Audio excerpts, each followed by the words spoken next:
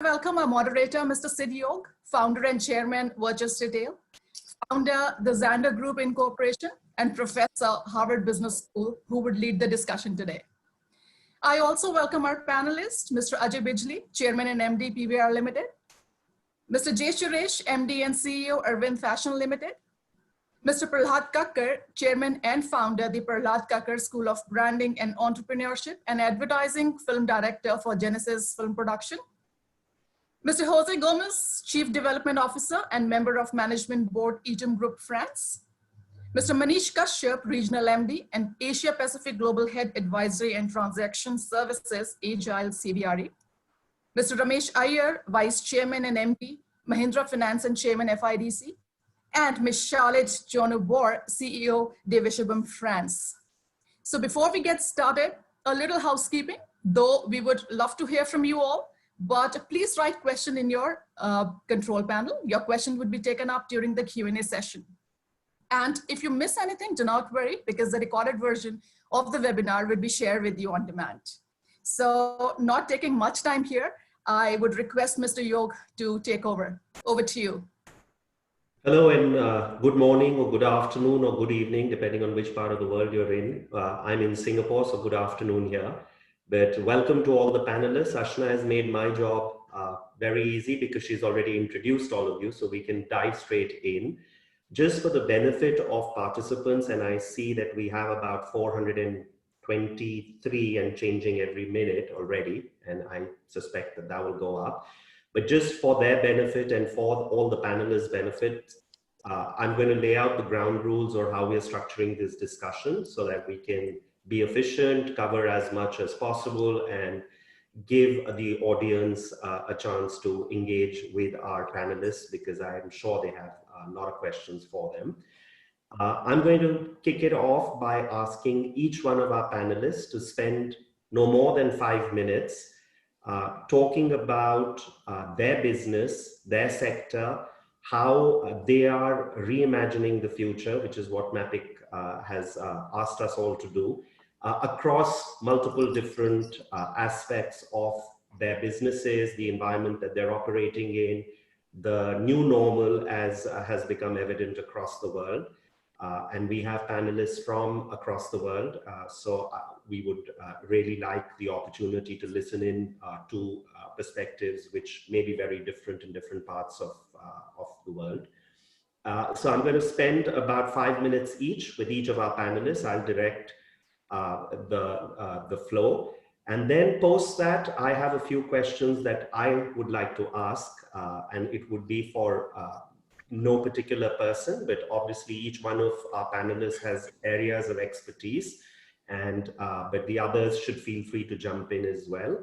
And then I'm going to open it up to the audience to have them ask questions. And as Ashna explained, given the format, please write your questions in the chat box and we will pick those up and I will direct those questions to our panelists. So without much ado, let's dive straight in, and with no other particular order in mind, but because alphabetically, Ajay, you come first.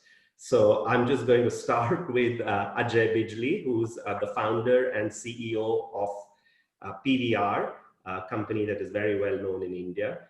Ajay, would you spend about 5 minutes, please, telling us what you're facing, how you're addressing it, and really focus more on how we're coming out of this rather than what's happened, because that I think everybody is quite aware of already. But over to you. Can everybody hear me? Good morning, everyone. Thanks, Sid, for organizing this. Good morning to all the panelists, some distinguished set of people here. Thanks for having me here. So I've started my stopwatch, Sid. So it's already 5 minutes. Basically, as Sid has already done a generous introduction, I've been running cinemas for the last 30 years. I opened my first cinema in 1990. And now we have about 850 odd screens in India in various cities and states. And India is a very disparate market. Everyone behaves differently. But this particular pandemic, which everybody is facing for the first time in their lifetimes, has shaken everybody. So our industry was the first one to get hit very badly. And we shut down even before the official lockdown on March 11th. And then even now we don't know, there is no visibility much of when we'll be opening, although partially the lockdown is opening in various places. I have a feeling that, or whatever little information that we're getting from the real estate developers, because most of our properties are in malls and shopping centers, is that around 15 June to maybe end June is when the malls will open. Manish is here. Of course, Sid is also operating some brilliant malls. We are also in his malls. And I think around the first week of July to 15th of July is my suspicion that cinemas will start opening. We have 2 or 3 engines that have really made the cinema going very, very popular in India. Just to give you little statistics, India sells about 1.45 billion tickets a year.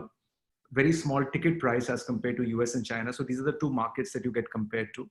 China sells about 1.3, US sells about 1.2, and our size is about 1.6 billion in terms of net box office revenues. China 9.3 and US is about 11.5. So, but Indian movie-going culture is very, very strong. 1,500 films go through the system. South India has got its own languages, North, West, everywhere. So some films are meant for the whole country. So those films, for those, everything has to open in one go. About 9,000 screens India's got, out of which about 3,000 are new build multiplexes, 6,000 are old single screens, 2-tier cinemas. But my suspicion is that the South Indian market, which is only meant Tamil Nadu, Karnataka, Andhra Pradesh, Kerala, these are the South Indian markets where the movie going propensity is very, very high. These will open up first. Sid, probably you know already Kerala has already opened 1 mall, Lulu Mall, but the cinemas haven't opened as yet. But most of the developers are really supporting us, and they're saying that the footfall generators, the admissions, the people, the irrigation that happens from large formats like cinemas, food courts and stuff, that in phase 1, you can open retail, but phase 2, along with the cinemas, also along with restaurants and food courts also, please open cinemas. So we're very encouraged by the support that we're getting from the retail industry as well. So that's one part which is very important for us to start opening. The second part is really the films. As I said, 1,500 films get through the system imported, which is the US, Hollywood, British films, and the Indian films that are made. All the surveys, consumer surveys, which we have done in India and internationally, are only showing one thing, that people are watching obviously a lot of movies on OTT platforms. There's now new movies, old movies, long form storytelling, which is your TV shows and short form films. But they still want to see brand new big movies on the big screen, which is their favorite pastime in India at least. So they're saying that as long as there is some safety, security, social distancing measures, which is the zeitgeist of the day anyway, that is done, we are fine. But at the same time, we want brand new movies. So our pitch to the producers, film fraternity, where I'm spending a lot of time these days talking to producers, directors, is that please hang on for a little while and wait for the cinemas to open to release the big movies. So where we are currently is that we need the malls to open, and of course the cinemas to open along them, and we need brand new films to come. The third engine, which I really believe in a lot in India, and I'm massively optimistic about that, is the consumers. I think people are very, very resilient in India. In any case, our target audience is 12 to 34, 1, 2, 3, 4 we call it. And these guys, in any case, if studies are to be believed, epidemiologists and virologists and medical fraternities to be believed, these are less vulnerable to the virus.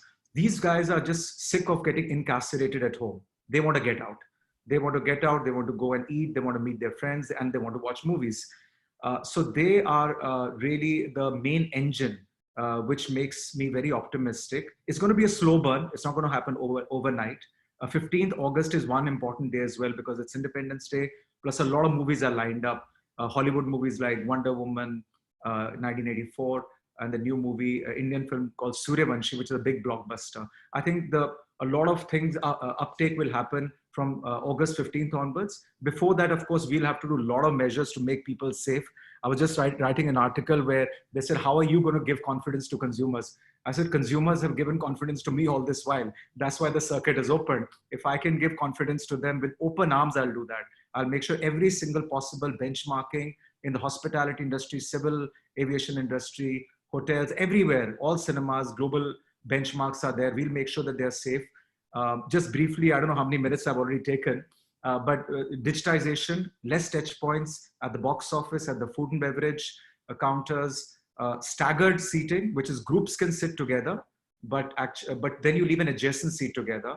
It's very obvious, family of 3, 4, they're all living together just now. When they'll go out and watch movies, they don't want to be sitting apart. So all over the world, staggered seating means groups, couples, families sit together, but then you leave 1 or 2 seats, adjacent seats empty, which reduces our installed capacity by about 25% only. That's what we're doing. Disinfectants, cleanliness, masks, PPE kits, that goes without saying. Sensors for your taps and faucets. So everything that is possible that is being done, benchmark all across the world, across industries, including cinemas, will be doing to make sure that people feel comfortable when they come. And as I said, once again, I'm repeating why I feel confident is because the youngsters are saying we want to come out. Partial lockdown has... Ajay, I'm going to cut you off there. Thank you for that introduction. Apologies, but No, there's a lot of material there which I want to come back to, including omni-channel with the OTTs and how you're going to be designing new strategies around that. I think we'd love to hear that. So we'll come back to Ajay, but I'd like to move on to our next panelist, who I think is in France, Charlotte Jonnebaugh. And Charlotte is actually on the other extreme of this reaction probably to this pandemic, because the company she runs is focused on artificial intelligence and making artificial intelligence, weaving that into making physical stores more optimized to deliver a better experience for customers online. But let me turn to Charlotte. And Charlotte, if you can talk a little bit about what you are seeing in your company, how you're helping other players in the industry, and where you see the opportunities in the industry going. Over to you. Yeah, of course. Good morning, everyone. So we developed a software in which there is artificial intelligence, but this software is the only enabled to reconcile the online and the physical world by creating local marketplace based on stocks inventories, which means that for a mall, for example, we will create an e-shop based on physical stocks and products, and people will be able to see online what is in store in real time, or to buy online if they do not want to go in store because they do not have time, they're afraid of the COVID, it is raining outside, and so on. This is working very well, and today it's even most because all the retail industry players realize that in fact it is very important to incorporate the online part to the physical retail. But you know, if we just have a look on figures, there are years, like 5 years ago, we see very impressive trends where in Europe footfall decreased by around 60% and online revenue increased by around 170%. So my point of view is just to say that this crisis, it's also a way to make all the retail players aware that today it's very important to use online to increase the customer experience. So if we look also to figures, you will see that in fact 70% of people is looking online before going to store, and the idea of reconciling online and physical store generate direct revenue for malls, for cities, because we deployed it on malls and cities, but also it really increased the traffic. So if I give you some figures, for instance, on the Village, which is a mall where we deployed a solution like 2 years ago, after 1 year, the in-store revenue of stores increased by an average of 12%, which is great. And the traffic of the shopping center increased by 30%. because in fact we reconcile the stocks but also the data, so owners know well their customers and make them come to stores more frequently.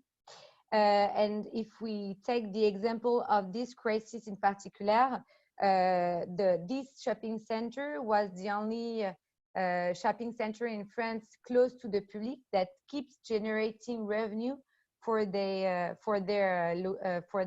stores, because the e-shop was still running. So for instance, one brand called Lancel, which is a famous French brand, they are selling bags and so on.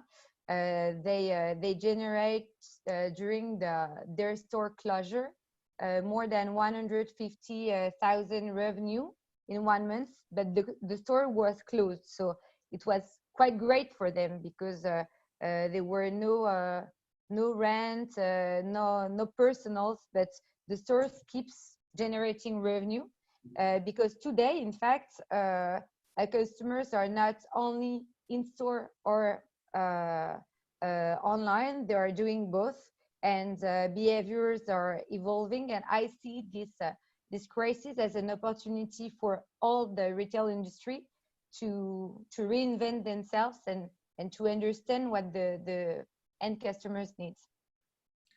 Charlotte, thank you very much. I think we'll come back to you later. There might be a lot of retailers and a lot of shopping center owners in India who might require your services. But let me come back to that. Let me move across to somebody who actually operates a lot of these stores, a lot of different brands in India, international brands that are present in India, and obviously other brands as well, a whole portfolio. Jay Suresh, who's the managing director and CEO of Arvind Fashions. Arvind Fashions obviously has a huge portfolio of retail brands. I'd let Suresh talk to that. But Suresh, how are you dealing with the situation as it unfolds in India? What are you seeing? How are your companies or brands reacting? What are you seeing from a customer perspective? Over to you. You're on mute, Suresh. So if you can unmute yourself, please. Thank you. I'm sorry.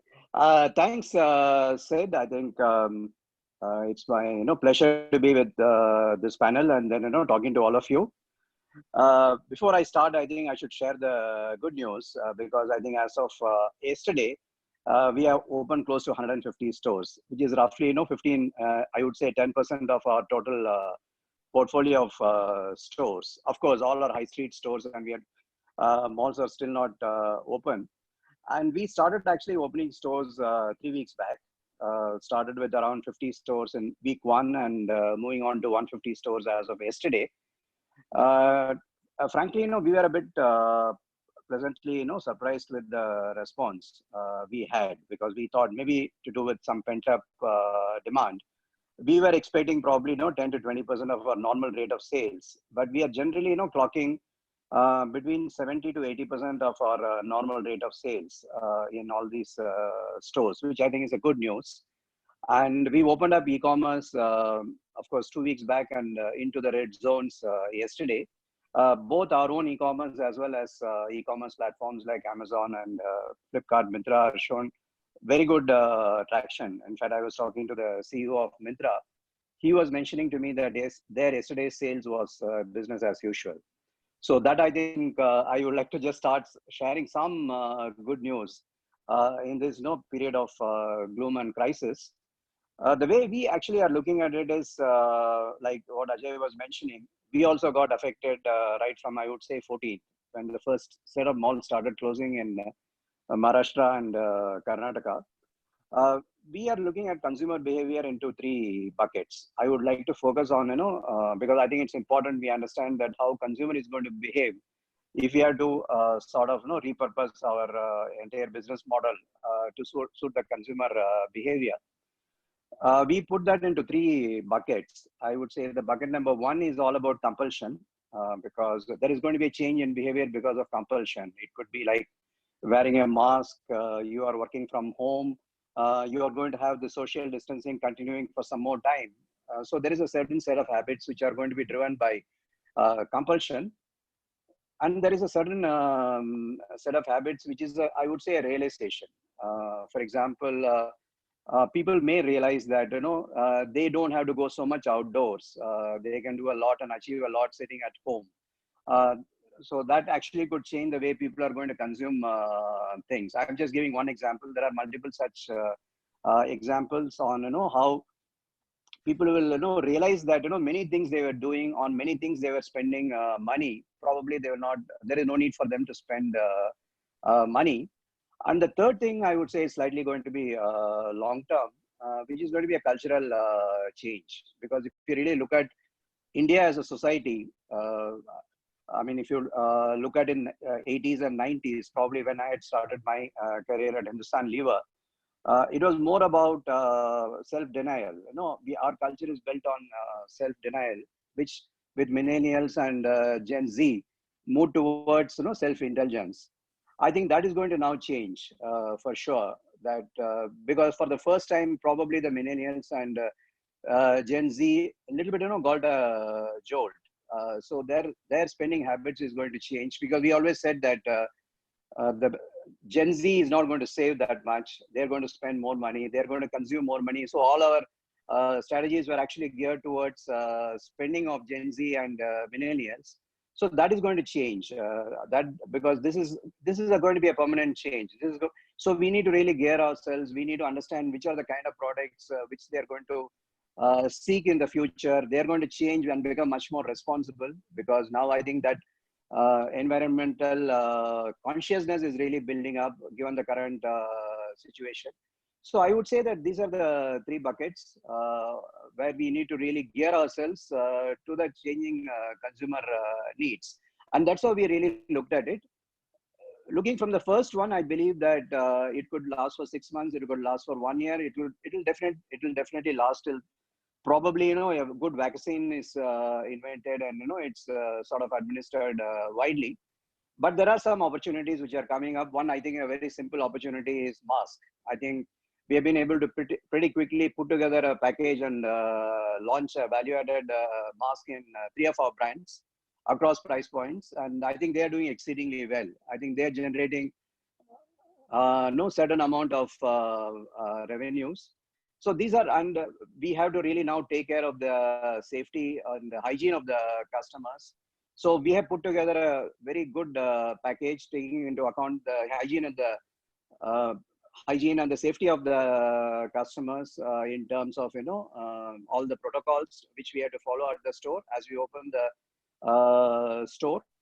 Then of course, Suresh, if I can, in the interest of time, if I can pause you there, and we'll come back to you as to address some of the issues that you're raising here, which I think are interesting. But if I can move to Jose Gomez, who is the Chief Development Officer and member of the Managing Board at Eaton Group, which is basically owns a portfolio of brands, $1 billion plus in revenues in 2018, if I remember correctly, who's seeing consumers in a different manner, perhaps, or at least in a different geography or different geographies. The brands actually operate in over 50 countries. Jose, what are you seeing across those different markets, different brands? What is the company grappling with? You're on mute, Jose, so unmute yourself, please, first. Unmute yourself, please. Sorry, good morning, everybody, and thank you for having me. You hear me well? Yes. Yes, great. Thank you for having me. Yes, Etam is a French retailer. It's over 100-year-old company. We have 5 brands, primarily in the lingerie sector. We are the leader in lingerie in France and among the first 3 biggest players of lingerie in Europe. We have over 1,500 stores in 54 countries and with over €1 billion in revenue. And yes, it's been a very, very interesting time since March. We spent the third week of March closing our 1,500 stores. And now, fortunately, since the 11th, we have started reopening our network little by little throughout the world in this new normal, and they're very constrained or different or new normal conditions than before. So a store today does not resemble the stores that we used to have in early March, at least in the field, and the safety measures that we had installed in every store that we open, how the traffic needs to flow, all the safety measures that our employees need to wear, that our customers expect and our customers wear. We are in a business which is where retail is a contact business, the business of the opposite of social distancing. It's a close distance business. You're close to the person, especially on lingerie. It's also a contact business. Our sales associates measure our customers with tapes around their waist and around their chest. So something that we need to adjust that now today is not possible. So we had to set up an enormous amount of different measures and a different selling ceremony, on how to deal with changing rooms. Will people be willing to use them or not? And have safety measures in there, cleaning and disinfecting every time somebody uses one. Have self-tape measuring for our customers, so they can tell us where their size is if they don't know it. The gel, the mask, the general things that the whole retail industry is doing today. But going from this period of complete closure and inactivity on the physical store, the other side of that is that our our online business increased well over 100%. We've been an omni-channel company for a very long time, but on the online space since 1995. So many years ago, over 20 years ago, that we started online business, and that has been really paying off.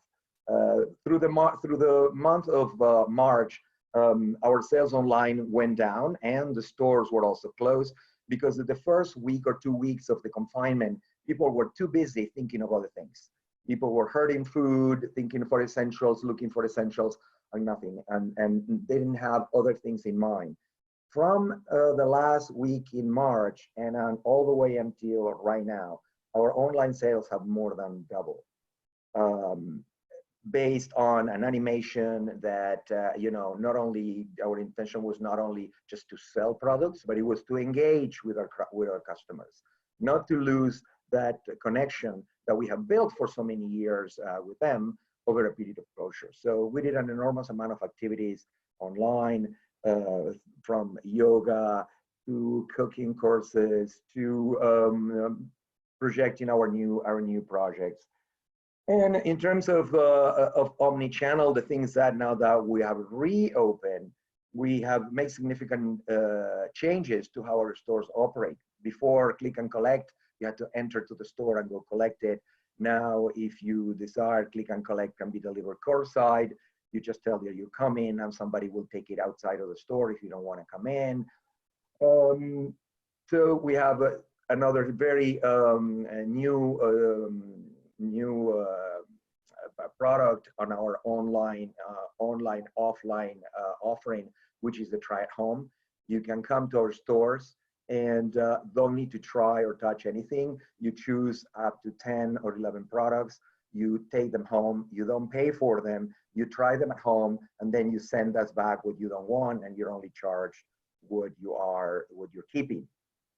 Jose, I'm going to come back to you to keep us honest and on the clock, but I want to talk a little bit about how trials will work in the new normal, and how disinfectants would have to, clothes would have to go through a disinfectant cycle, etc. It's a fascinating subject in itself.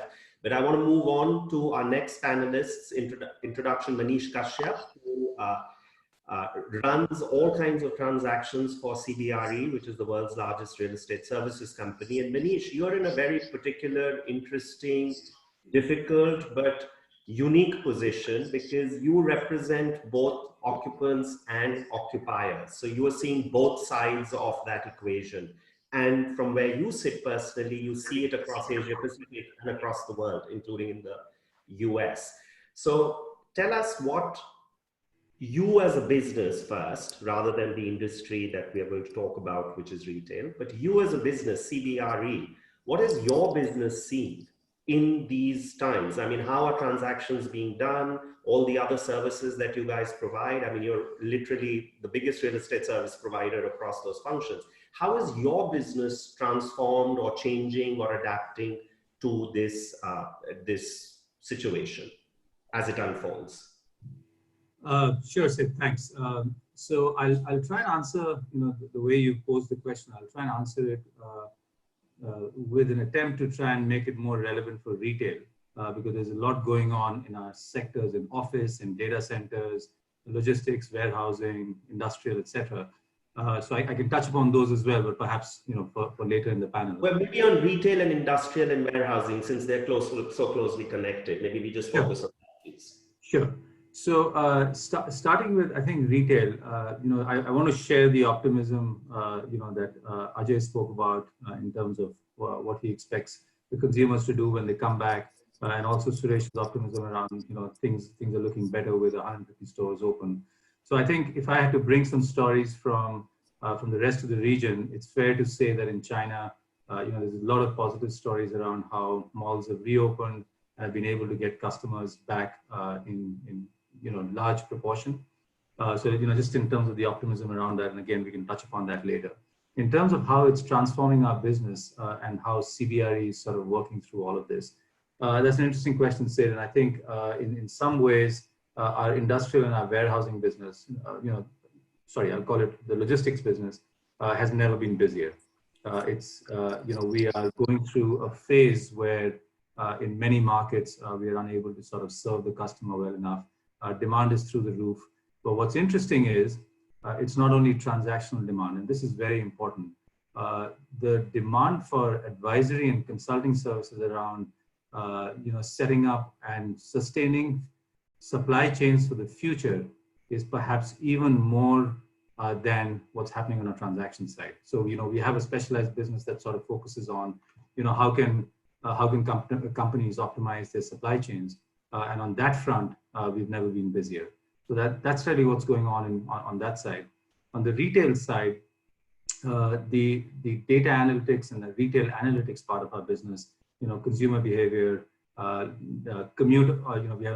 We have a tool called Commute Optimizer that sort of enables people to think through what's going on with tracking customers that come to malls or any retail locations. So those sort of things are, again, through the roof in terms of demand, because one thing that I think we all, when we think of technology and what's happening with retail, we all think of it as having perhaps disrupted it in certain ways. But in another way, data is also enabling, much better decision making. And therefore, the need for better data is really something that we are facilitating through for our clients. In terms of, some of the other things that we are seeing, clearly, there are more checks and balances being put into all shopping centers in terms of how they let people in, and the temperature screening and all those other things that Ajay also spoke about in terms of having better facilities for the safety of the customers. It's also fair to say that in most malls that we've seen in China till now, I believe it's climbing every week, but they were originally letting in only about 50 to 60% of the capacity for these malls. I believe that's now climbed to about 70, 75%. And as we think about reopening, the retail space in India, I think there's a lot to learn from China in how they've gradually reopened. And I think one of the key learnings for us has been interactions with the local government. And I think that's very true for India as well, that it's a local subject, and every single market is very, very unique in the way they're allowing the malls to reopen. So with that said, I'll hand it over to you, because I know we're running a little bit behind time. I'm happy to take questions as we go. Thanks, Manish. And I'm going to come back to you and talk about responses in different countries. But Prahlad, if I can move to you, You sit at a very unique position apart from being a marketing and ad guru, you also run a school of entrepreneurship. What are you seeing for your business? We'll talk about sector later, but your own business, what is the nature of demand of customers right now? What are the strategies that people are coming in asking you to advise on, develop for them? How is the school reacting? Could you tell us a little more, please, Prahlad? Well, all classes have gone, on the computer. And so nobody is attending school because they're all on lockdown. So we are holding a lot of our classes online. And we managed to retain a lot of them, but there are a lot of exercises that they have to repeat. Our School of Entrepreneurship has got a slightly different model. Only 40% of what we teach is in the classroom. The rest of it is actually real. And we don't have a so-called faculty, which is a permanent faculty. We have people from the business who come and take a certain number of lectures and give exercises to the kids. So they're learning from people who are actually hands-on with the industry and not people who have retired from the industry and therefore are not totally in touch with what's going on. So there are two aspects to that. One is to be able to keep that momentum going with the people, the mentors and the mentees, and how do we get them to actually interact with each other, because that is the whole tactileness of a classroom is very different from being online. The whole model of presentation becomes different. So, and all the exercises that we make them do, because there are a lot of outdoor exercises. We insist on, our basis is that if you have to be an entrepreneur, you have to be you have to confront fears. So the most obvious fears are fears of animals, fear of horse riding, fear of water, fear of flying, fear of snakes, and so forth and so on. So we actually make them familiar with these, their own fears, and to deal with them. So it's not that you lose your fear. You don't become fearless, because that is being stupid, because fear gives you safety. But you don't get paralyzed by the fear. So if we put them through that whole facing their fear a bit in the 3 years that we have them with us, then they become entrepreneurial by nature, because the business of business is risk. And if you're scared of taking risks, then you'll never be an entrepreneur. So to get them to accept risk as a part of their DNA, you have to teach them out of the class. It's a very different model. And we are going to face a lot of problems because of the lockdown with that kind of teaching. So right now we've reverted back to the class, but slowly we hope that we can get them back onto the outdoor activities on whatever else that they're doing. And Prahlad, in terms of clients who come to you for marketing, brand strategies, what are they asking you? What are they telling you? What are they needing from you at this point? Well, right now, nobody knows actually how long the lockdown is going to be in effect. And even after the lockdown, how many people are allowed on a set to actually execute the normal advertising, procedure that we have. So we have to unlearn everything and relearn it. Now, for instance, right now, they're telling us to shoot in different parts of the country in people's homes and allow the people to shoot themselves. But the scripts are done by the agency and by us. And we cast the films depending on which families look like what and whether they're the right target audience. And they actually act out the commercial themselves and send it to us by shooting it themselves. And we actually put it together on the table. And it's quite interesting because the engagement is like playing a game. And when people look at it and say, hey, these guys are not actors, they're not models, they're real people. And there's a whole new model around that. And real people, if written well, if the scripts are written well, they don't have to be shot very professionally because you can do it on a phone. But when people realize that these are real people and your real shooting is a bit shaky and it's a bit documentary in its style instead of slick, then I think the believability of that message is far higher initially, at least, until we get flooded with it. So also when we get into a studio, we're not going to be allowed more than 25 people on the set. at any given time with all the safety procedures and all the sanitation and the masks and the whole works. So we are going to have to work really lean, and I think the whole film industry is going to re-look at how they produce themselves, because a 200-man unit will now be reduced to 25, and that's going to need skilling. Thank you, Prahlad. I think you touched upon three things: risk-taking, unlearning, and innovation. And I think that we will come back to some of those things because I want to talk about that. But before I do that, I want to move to Ramesh Iyer, who is from Mahindra. He's in the financial services industry. He's vice chairman and MD of Mahindra Finance, and also chairman of the Finance Industry Development Council. But he's the dollar and cents man. So Ramesh, what are you seeing in your business? How are customers behaving? What do you foresee changing? Has anything changed for good? Is it going to go back to a new normal, or is it going to be back as this unfolds? Over to you. What are you seeing in the financing world? Hi, everyone. It's too early to predict what will happen.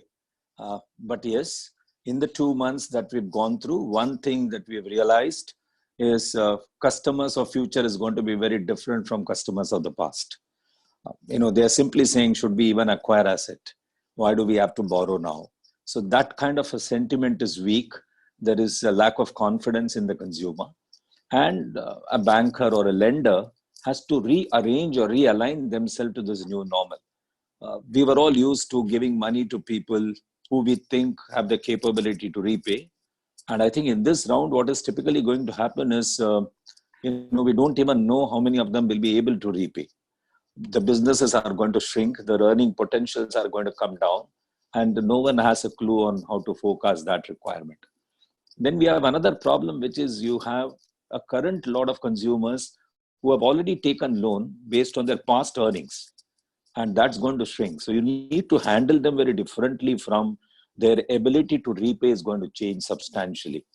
So you have an opening balance sheet, which you need to manage very differently. And then you build a new balance sheet on the new parameter. So if we are all used to credit scoring and things like that, all those parameters will undergo change because those parameters are based on their past earnings and things like that. Now we will have to get into more of social scoring because their new earnings will start to happen at some time much later. So you'll have to go into a social scoring of what are their commitments, how they are actually aligned themselves to, how they will allocate their availability of capital, and therefore how would they pay. It will also be that we will have to provide them a lot of support temporarily to even come out of this situation. So maybe we'll have to give them more loans when we don't even have a view on how are they going to repay their past loan. And then you have the regulators and the government coming out with various programs which not necessarily be well aligned to what's happening in the marketplace, because credit can change the culture of a consumer. If you give too much of concessions like the moratorium that we talked of, can change the culture of a consumer to repay. So therefore, those kind of cautions need to be also looked into. And, the physical model will slowly start to vanish. I work a lot of activity in rural India, which is a very physical model, right? 80-90% of the consumers pay their monthly installments in cash. Now, if they don't move to a digital platform and you can't go and collect, where is the solution? So I think summarily, re-understanding the consumer and erasing what you know about them in the past is going to be the biggest challenge, which means change of mindset in the leader's mind is the starting point. The past experience, I'm not too sure is going to be of any relevance going into this future. So everyone will have to rebuild their knowledge. Everyone will have to re-understand the consumer more deeper. And I think we will all have to get into a new partnership approach and then somewhere make it a win-win, because in this round, the competitors will have to come together and find solution, because all of us are going to struggle with the same problem. So I think these kind of new arrangements, if you may call, will emerge, and that would need a very different level of maturity and a very different relevance of people and people capability. So I'll stop there. Thanks, Ramesh. Thank you. I think those are very, very interesting observations, and I think require a deep study, as you said. And I think it informs the rest of the discussion as well, because it really talks about the consumer. And I wanted to open with the first question, which is to the panel, and obviously feel free to jump in, but I'll direct it to Ajay first and Prahlad, since they observe human behavior a little more. We were till February in the experience economy, as it was called, right? It was all about experience. It was about touch and feel. It was about how do you differentiate yourself. The retail industry was coping with the onslaught of online already by transforming itself, saying this is the experience economy. And it's not just retail. I think economies everywhere. People were investing in experiences. That seems to, unfortunately, because of an external factor, be put on hold, at least for the time being. Human beings are social animals. Hopefully this will go back. I mean, people were watching theater 5,000 years ago as well, and they've gone through pandemics and wars and things like that. But it may take time, and it might evolve into a different sort of way of consuming. What do you, Ajay, and then others, please feel free to jump in. What do you feel from a consumer perspective? And this ties back to, you were talking about OTTs and experience. Would the consumer's consumption pattern change? It is changed already, but is it permanently changed, or is this also just a short-term blip? And yes, it will accelerate what was happening in terms of more online consumption, not just of physical goods, but also of entertainment, where you sit and you see this quite closely. Or, and you are not the first time, this is not the first time that multiplexes in particular have been written off. I mean, you changed the entire culture in the 90s, where people went back to theater. As I said, human beings have been watching theater in different formats for 5,000 years. But what do you see from the perspective of the consumer consumption pattern? And why don't you start, then we'll open up to the rest as well. Do you see this as a short-term blip, or do you see something fundamentally changed here?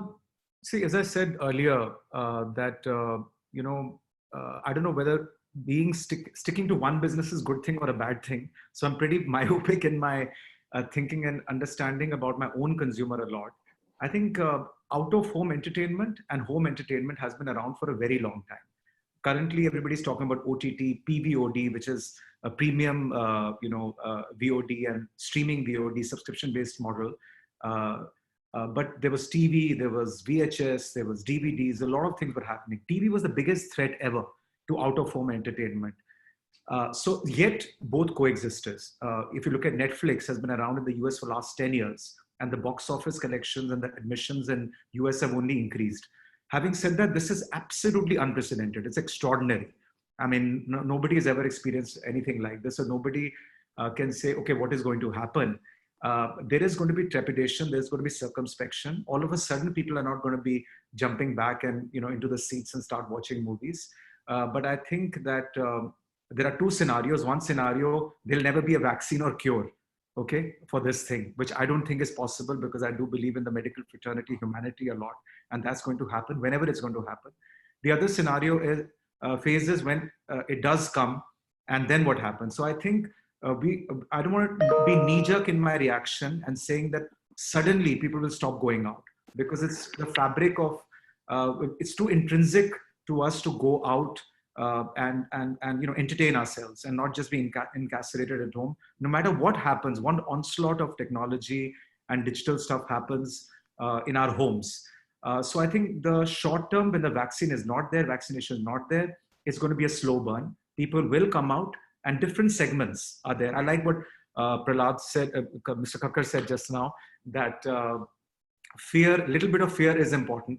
Otherwise you become reckless. So there'll be some people who are, as I said, the youngsters who are fearless. They want to come out. All our studies are online, 20 million online members that we've got. They're saying, when are you opening?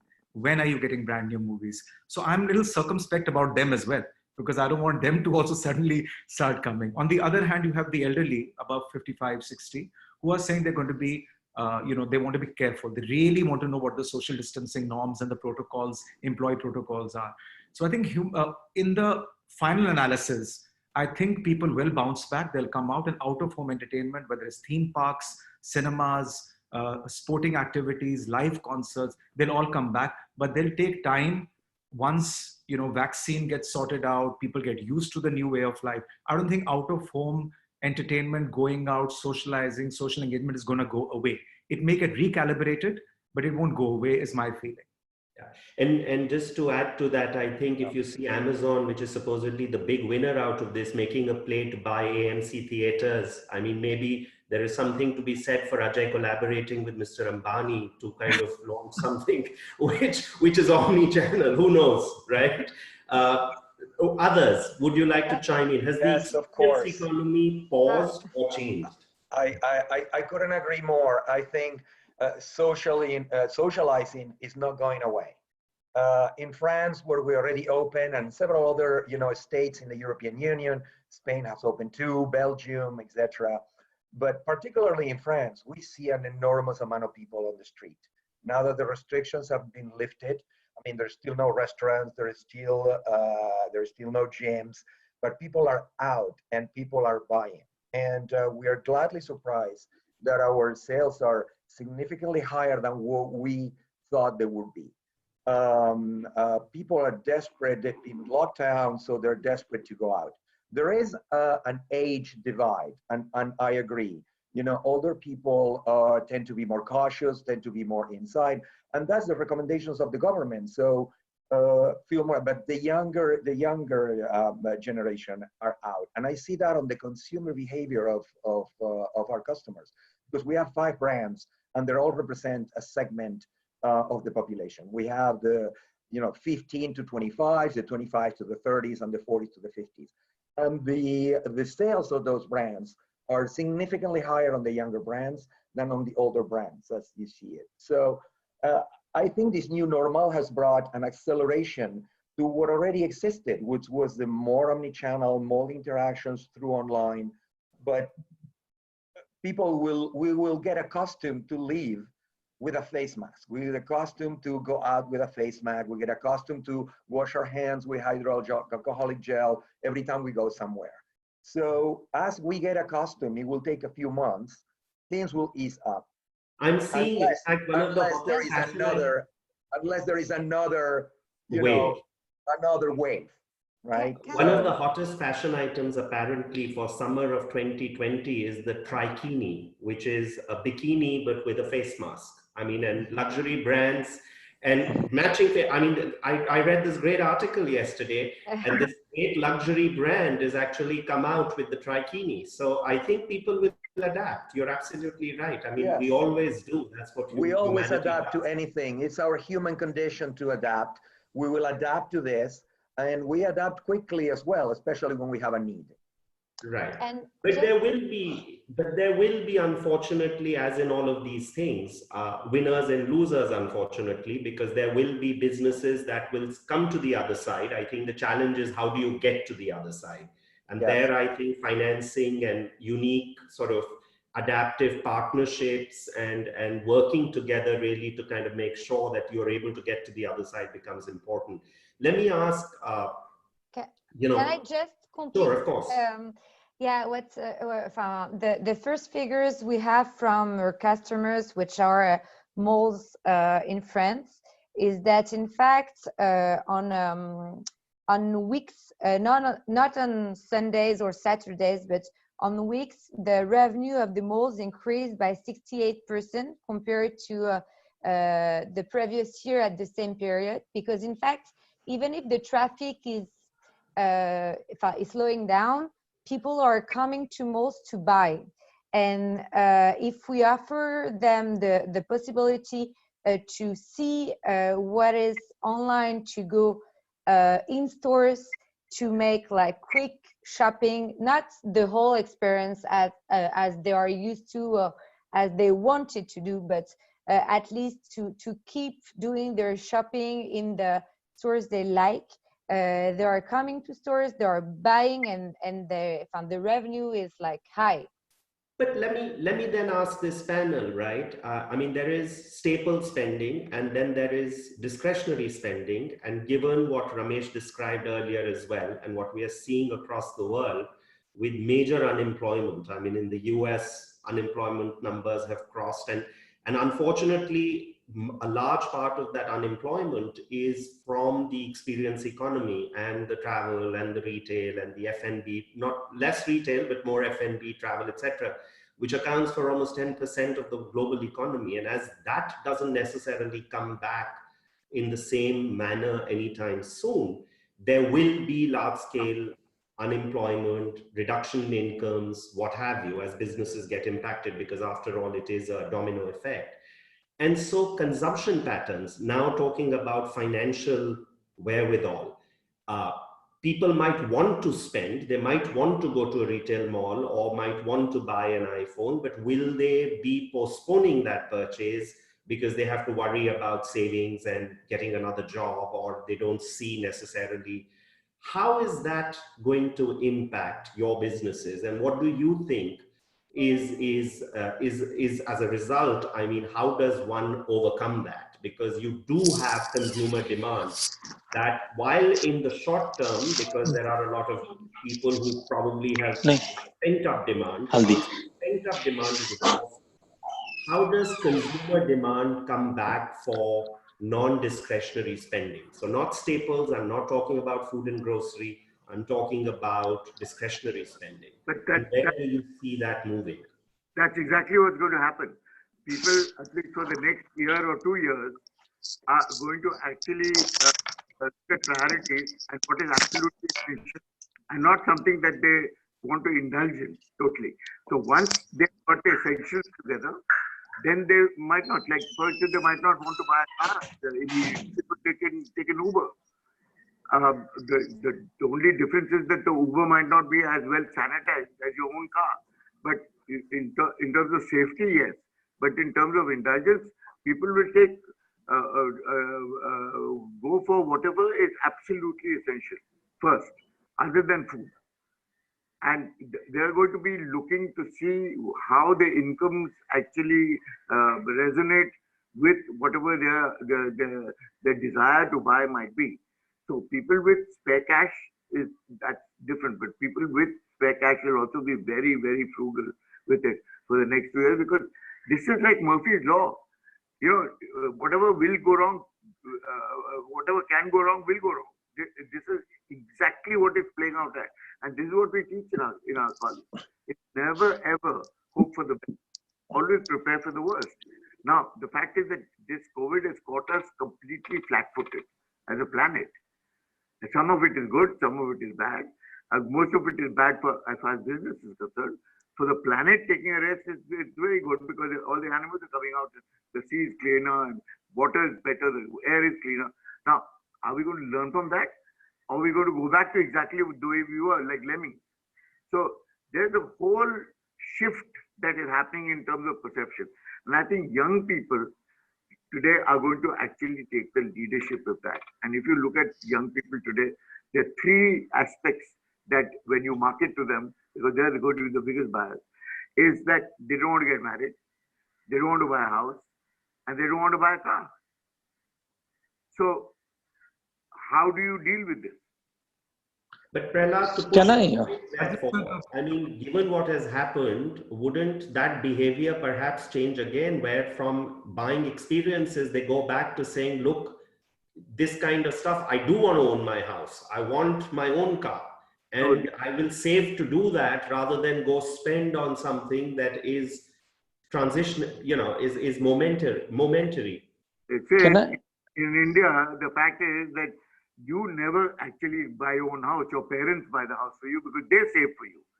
But the young people today are actually saying that we want to keep our money to travel or to experience things and to do things. We don't want to get stuck with paying EMIs.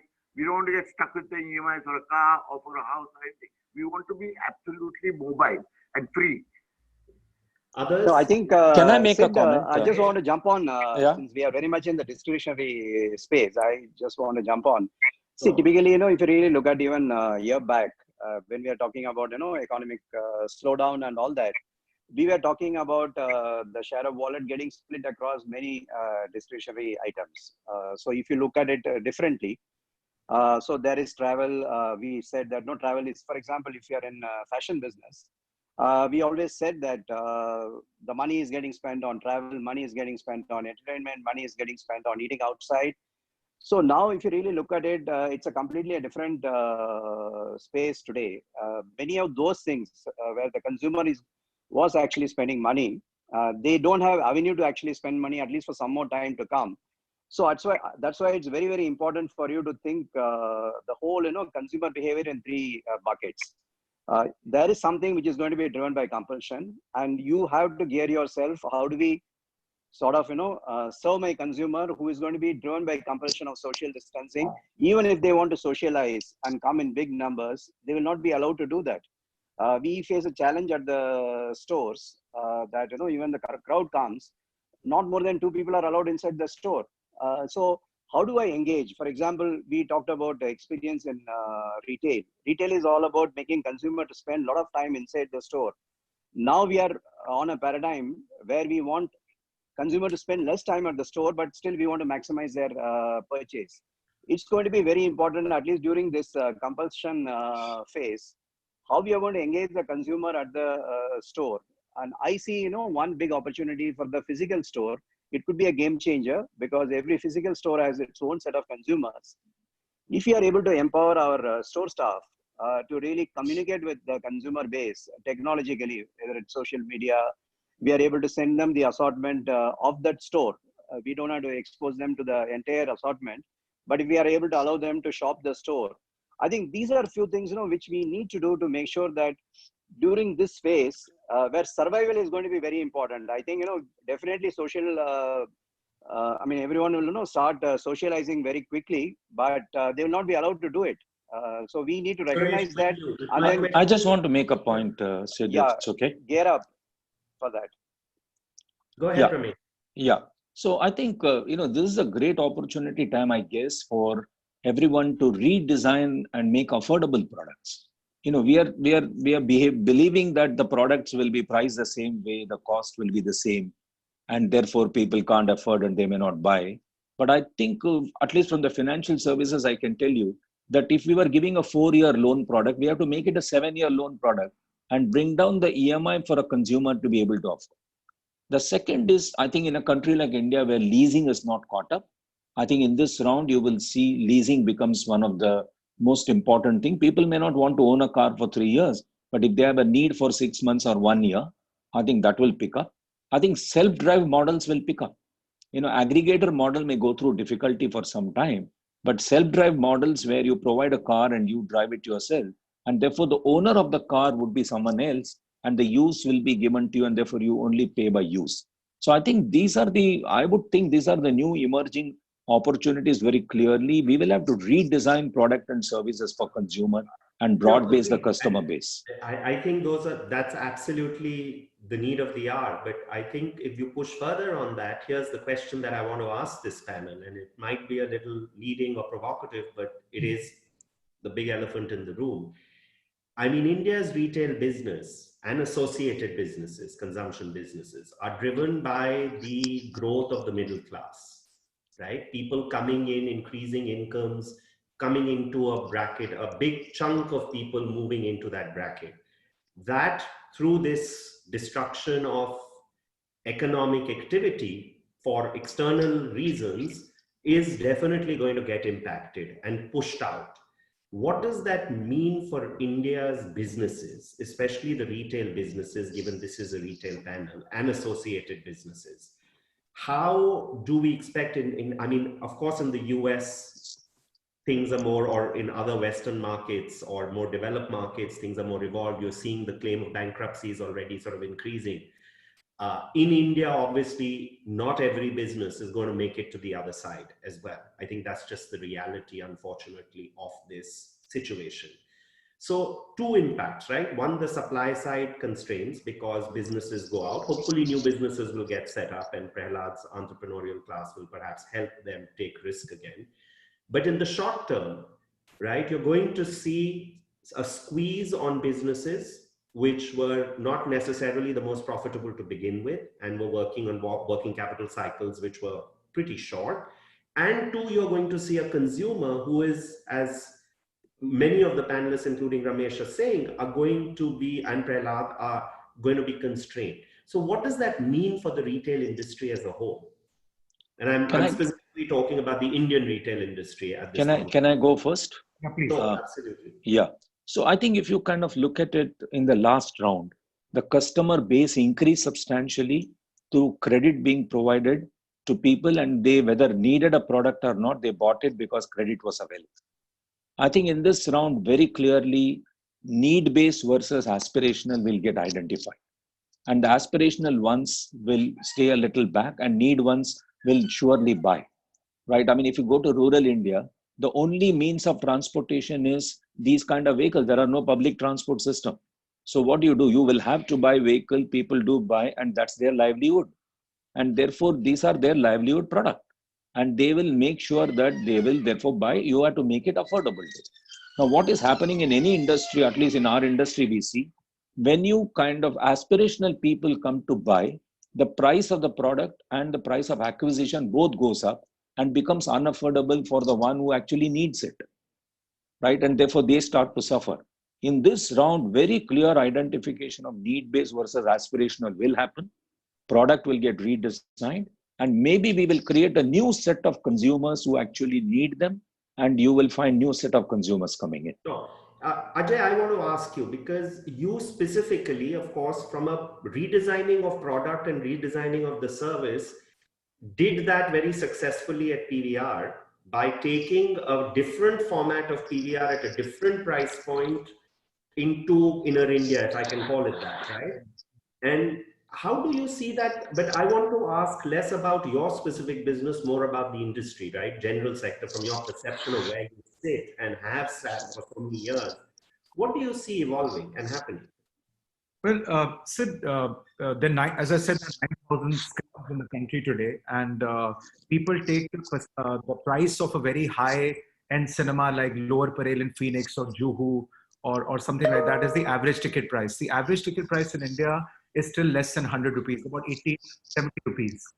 And it's still a very big escapism for an average Indian person. So when Ramesh very rightly said aspirational and the need-based are two consumptions that are going to happen, and not because it's my business and I'm self-professing it or anything like that, and trying to paint a rosier picture than there is. But I think that very high-end like appliances, buying cars, buying homes, expensive stuff or premium things people eliminate because their discretionary spends have come down dramatically. But very low ticket aspirational things which give them pleasure, a quick fix of pleasure, generally speaking, even in recessionary times, don't get impacted. So we've gone through a lot of these cycles in the past. History has gone through lots of cycles in the past. For some reason, there's a correlation between cinema going and recessionary times, because you don't get anything for sub 100 rupees where you can quickly get a 2.5-hour escapism from the drudgery of your daily lives. So again, I'm saying I'm very focused on my Indian consumer. I'm very focused on this market. This market, I believe that people will still come up. We'll have to do some calibration to our ticket pricing. Our weekend skew and weekday skew has to change, because currently our weekend pricing is higher than our weekday pricing, not just for me, for the whole industry. We'll make sure, even for social distancing reasons, I think I don't want the entire people to go on the weekend. You spread it out, because Monday to Thursday is weekdays. So we'll have to do another word that affordable product pricing will have to be done to make sure that it gets spread out evenly. But I believe that if new movies are there, and given the Indian appetite and pent-up demand to go out at a low ticket price, people will go out and consume. Even truncated menu of the F&B. F&B is going to be very truncated now. Only those movie-based, what we call hero items, sorry for my parlance that I'm using, are going to be there. Popcorn, Pepsi, nachos, sandwiches, that's it. Nothing too fancy, nothing to elaborate. Manish, from where you sit, you are seeing stuff across Asia Pacific. And certain countries have obviously opened before others are, including India, is, in sort of just about getting out of lockdown, whereas other countries in the region have now, experienced this previously and have opened up, and there is, say, 30 to 45 days, which is not a lot, but 30 to 45 days of sort of a head start in terms of what patterns are emerging. And if we could extrapolate some of those patterns, and as Europe opens up now, or different countries in Europe open up, if we could extrapolate those patterns to India, what would you think are the lessons? And Suresh, maybe you're hearing this from your brands as well, because your brands are international brands, many of them, and perhaps they are seeing. So once we get Manish's views, I would love for you to chime in as well on this. Sure. Manish? Sure. So Sid, I guess, the one that we have the most proof points from or data from right now is really China. There are other markets as well, but I think, the real one that we have is China. And it's interesting, hearing from the panel on where the discretionary spend will go and consumer behavior and all of that. And I was just looking at some stats before I rolled into this, panel discussion. The one area that's doing really well in China at the moment is actually luxury brands. So we've got some data where, what we're getting back from the luxury brands is that, 90% of, what they did, they've got 90% of sales at this point in the year versus last year, which is incredible, given that, they were all shut down for 4 or 6 weeks, at some point earlier in the year.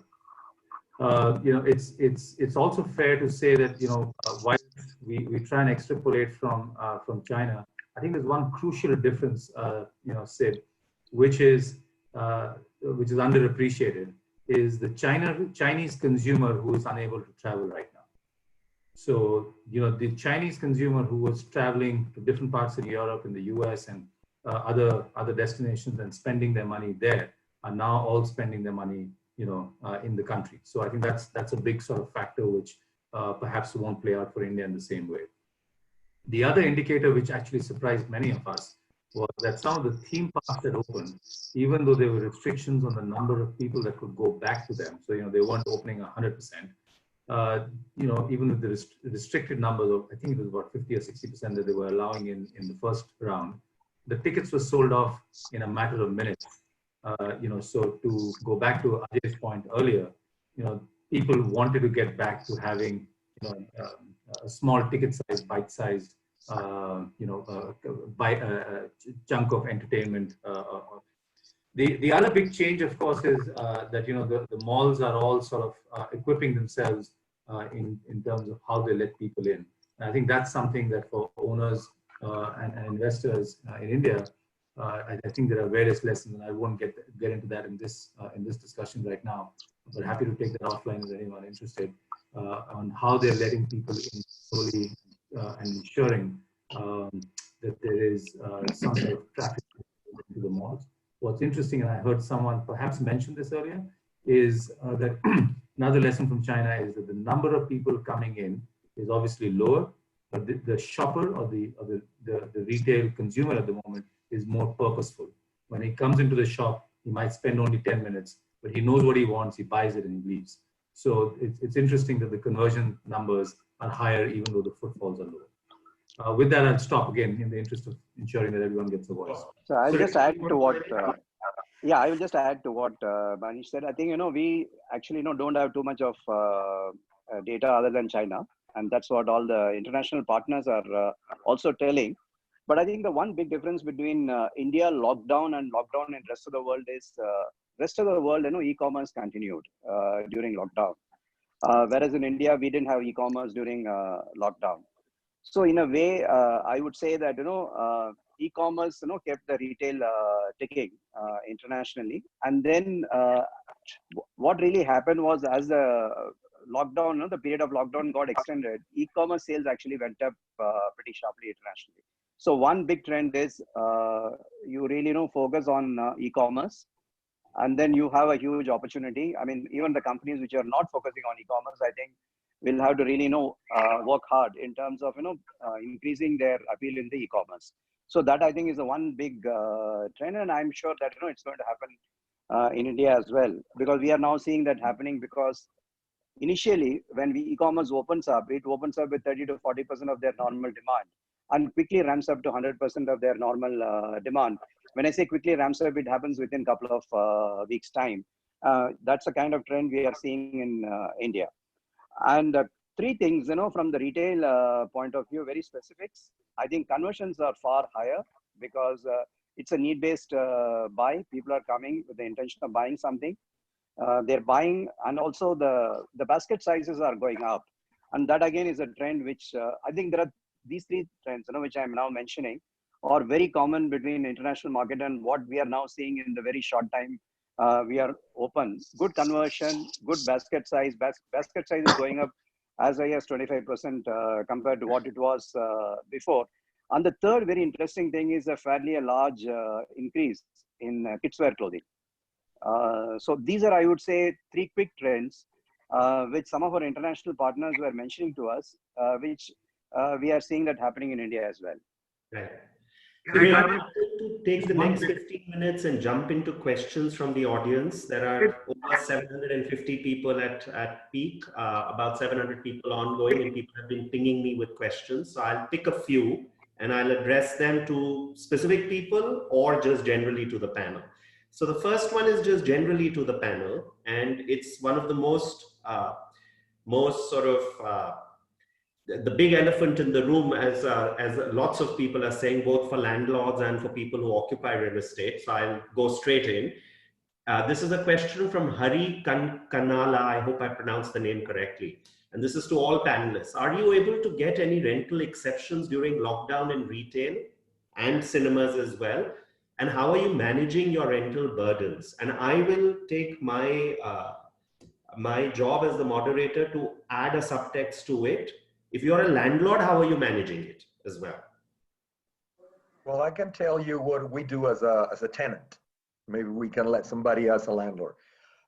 For us, it's very clear that while we are locked down and we have zero revenue, we don't get to enjoy the premises that we signed a lease for.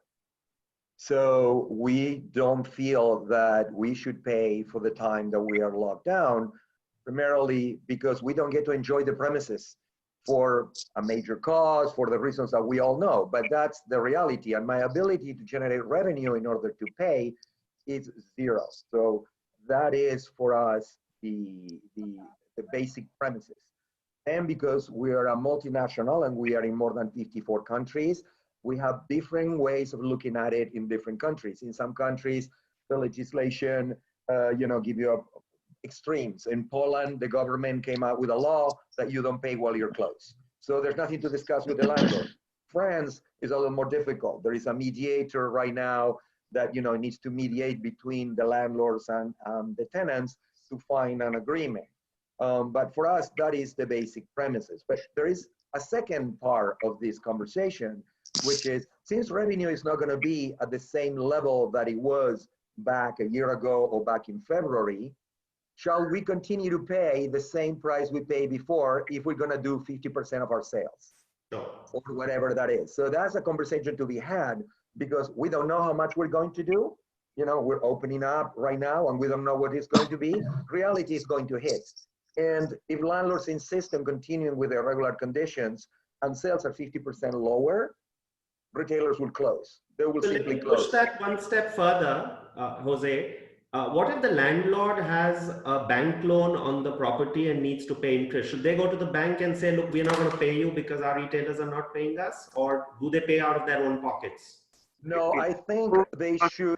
I think this is a conversation to involve many actors, including the government, including the retailers, including the landlord, and everybody in there. Governments are, at least in Europe and the US as well. I'm asking the specific, I understand that, and certain countries are doing it and certain countries are not doing it. But my limited question was, if you as a retailer take the view that I'm just not going to do it because I wasn't there or I couldn't access it, what do you expect your landlord to do? To hand over the keys to the bank? Can I answer what we have done as a banker? Yes, sir. Sure. Yeah. So what we have done is to some of the properties that we are on rent, we've asked for an exemption of rent, but we have given them advance for few future months through which he can service his EMI. And we have left it to him to negotiate with the banker for a reduced interest or whatever. So we have protected his cash flow from the point of view of ability to repay, but we have requested for exemption. So somewhere he said instead of 2 months, 1 month exemption, somewhere they have said we'll overall reduce the rent for a year and not for the 2 months. So there are different patterns that have emerged. Others? Sid, I will jump into that because we have been in a very active conversation with all the developers.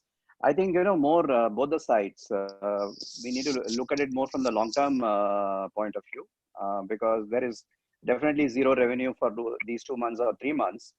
And also revenue is going to be much lower as we go forward. Exactly. How we are going to sort of spread the pain on both the sides across 12 months and 15 months and 18 months is, I think, is something which we have to work towards. Rather than looking at everyone taking all the pain within 3 months or one party taking all the pain in 3 months, the other party getting away without any pain for those 3 months should not be the approach. So the way I would like to look at it, that the way we are looking at it is how do we sort of spread it so that over a period of 18 months the pain is equally shared, and then when things come back, nobody is really impacted too much. So that's the approach I think one should take in the current situation. I agree 100%. People, we need to look at this. We're all in this together. This is not a one side or another side. We're all in this together. Governments have to take a responsibility to help the way they help everyone else, including the malls in there. We have to take our responsibility, and the landlords have to take the responsibility as well to share the burden of what it is. But insisting on that you need to pay for the months that you were closed when you have zero revenue, even from the legality point of view, I don't think that's correct, but we're all in this together. And the way out of this is by communication and by really negotiating and everybody taking a hit because we are in this together. So, let me this is that the landlord is just as much an entrepreneur as any other entrepreneur because he is investing in a business. That rent is his business.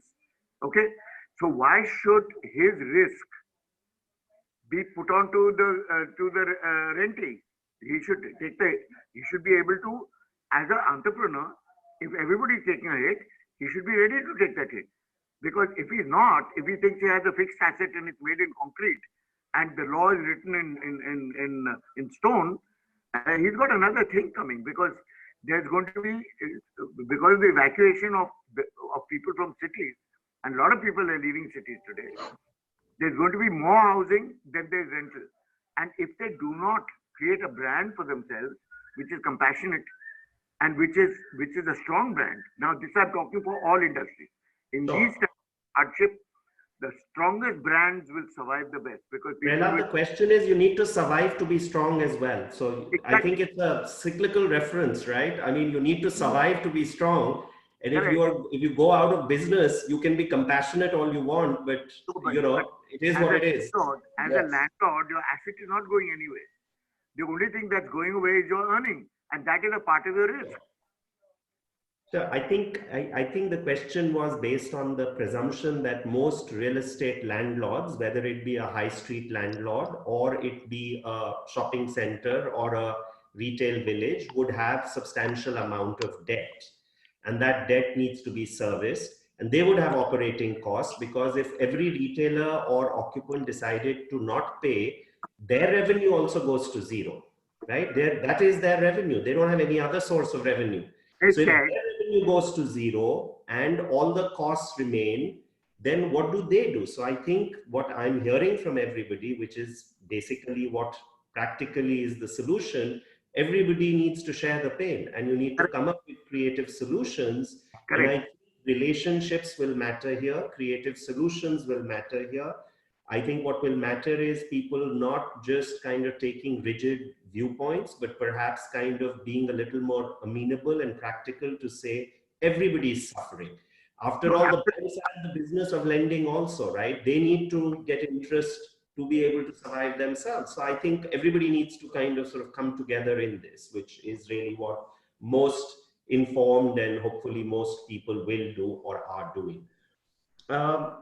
Another question which I find very interesting, and I think it was alluded to previously, what does the new trial room look like? Right? Are there going to be trial rooms at all? Or are we going to have, like for a lot of retailers, right? I mean, how is this going to work? Because if somebody comes and touches or tries on clothes, those clothes have to be removed. I think Suresh, you touched upon this earlier, and I was reading this very interesting article, or for online apparel as well. And I think one of the metrics or numbers I was being told was that while people are buying a lot of stuff online, returns are 40%.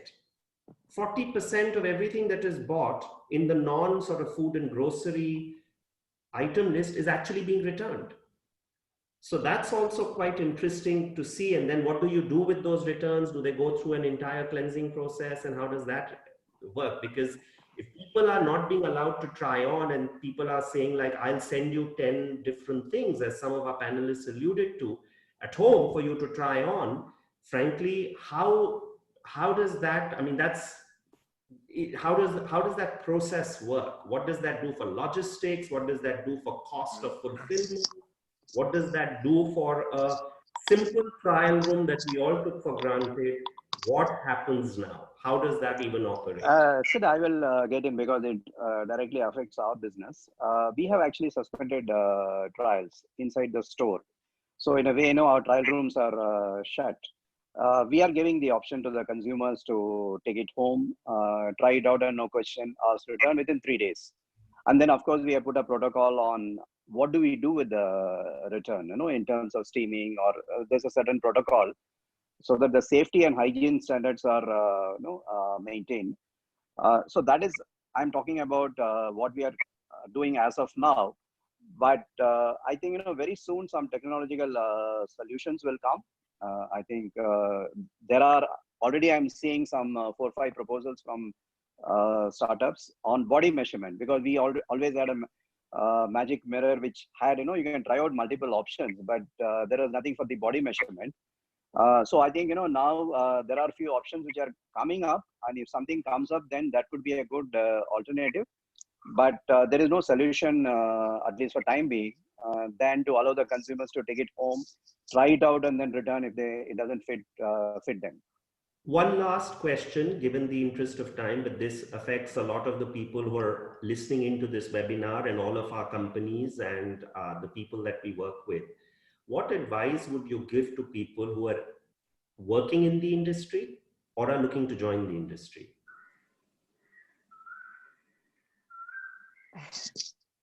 Can I just say something just to summarize what everyone has said? I think that something which is very important is that, in fact, customers' behaviors have changed for years, as we see with Jeff Bezos becoming the first trillionaire in the world. So it means that online is something very important, but the way we use online is also very important, because online should be used to increase customers' experience, and also the idea of reconciling the online and the physical is very important, because it increases the overall profitability. For instance, we were talking about exchange and the exchange rates online. It's true, but if you give the customers the opportunity to come and to exchange in store, you generate a new touch point with your customers, and you do not have to pay for returns. So it's also something that increase customers' experience, but also reinforce the relationship you can create with your customers. And for luxury, I'm sorry to cut you off, but given that we are running out of time, I do still want to address my question, which is basically, should everybody in retail be looking to move to the logistics industry, or should they still work in retail? Sid, I will take that question. See, I think, what is going to be really important in retail is going to be the retail. I think there is no question that everyone has to look at the manning norms inside a store. For example, we had 4 people in a 1,000 square feet store. We probably will have to look at 3, not for immediate requirement, but even from the future point of view. What we are really looking at and encouraging our own people is to a little bit become technologically savvy. Their ability to communicate with the customer through social media tools, their ability to get the payment done touchless. So there are they have to build certain digital skills which we will facilitate them to build, so that they become a value-added salesperson at the store, And I think that is going to be very important. So it's going to be probably a slightly better salary, but lesser number of people. That's going to be the norm. If I can just take the opportunity, sorry, we're just out of time. I'm being told we have to wrap up. So I want to take the opportunity to thank all the panelists. Thank you for your insights, for your time, for sharing your thoughts. I want to leave the audience and the panel with some parting thoughts, which is basically as the animal kingdom of which humans are part of. Human reaction or animal reaction is typically could fall into one of three buckets: fight, flight, or freeze, right? That's typically what you see. So either you stand and fight, or flight, you run away, or you freeze. And that is also a natural sort of tendency for certain types of animals, that they freeze as self-defense, right? But I think the great companies, the great entrepreneurs, and great solutions or great inventiveness will come from probably kind of thinking about each of these businesses. In some cases, flight, you just have to change the model of the business because the business may become irrelevant, and technology does that from time to time and has in the past. Could be fight, readapt, retool, turn around, find new ways of doing business, adapt, innovate, all the rest of it that comes along with it. Or freeze. And, you know, in certain cases, it has been observed, do nothing might be a strategy itself. So I'm not sure if that's the best way to go right now. But not in this case. Not in this case, but as wrapping up, I leave you with that fight, flight, or freeze. But I think irrespective of which one you choose out of those three, I think we have to have a sense of acceptance that this is real. And I think if we accept it and move beyond that, saying that this is not just going to go away, and we learn to live with the new normal, I think, as others have said, we will all find creative solutions to address the new markets and new customers that hopefully all of us will have. Thank God. With that, thank you very much, everybody. I thoroughly enjoyed this. I hope you did, and to all our participants, I hope you found this useful. Thank you very much to Mappic as well. Thank you, guys. Thank you very much. Thank you. Yeah, thank you. Thank you so much, Mr. Sidyog, for leading the session. And thank you very much, panelists. I think your experience, which you have shared, would really be helpful for our listeners. And thank you all listeners. And we really appreciate you being here. If you have any questions, do let us know, write to us, and we will be able to help you. This is for the attendees.